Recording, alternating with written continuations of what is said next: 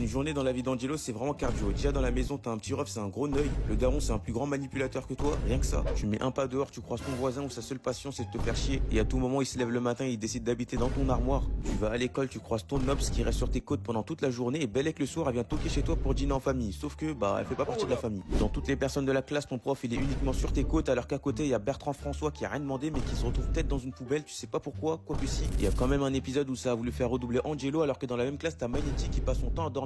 Et durant le peu de temps où il est éveillé, l'école devient tout sauf une école. Et pourtant, ça n'empêche pas d'être dans la même classe que Victor quand on sait l'écart intellectuel qu'il y a entre les deux. Tu sors en ville, t'as l'impression que la ville entière tourne autour des mêmes personnes qui changent juste de rôle. Un jour, le gars est chef cuistot, le lendemain, il devient acteur majeur d'un braquage. Ton prof de sport, c'est le coach des U12, mais tranquille. Ton chômeur de voisin devient présentateur. Ton prof, à tout moment, il se retrouve chez toi. Le groupe de rockstar mondial qui est H24 présent dans ta ville, faut m'expliquer carrément, ça fait des concerts dans ton jardin moins de 10 000 auras. Lui, c'est l'agent de sécurité le plus inutile de l'histoire. Et alors lui, j'en parle même pas, c'est le mec le plus bizarre que j'ai vu. Tu vas chercher une baguette à la boulangerie, tu tombes sur une meuf aigrie, à tout moment, elle te course. En vrai, heureusement, Angelo, il se débrouille bien.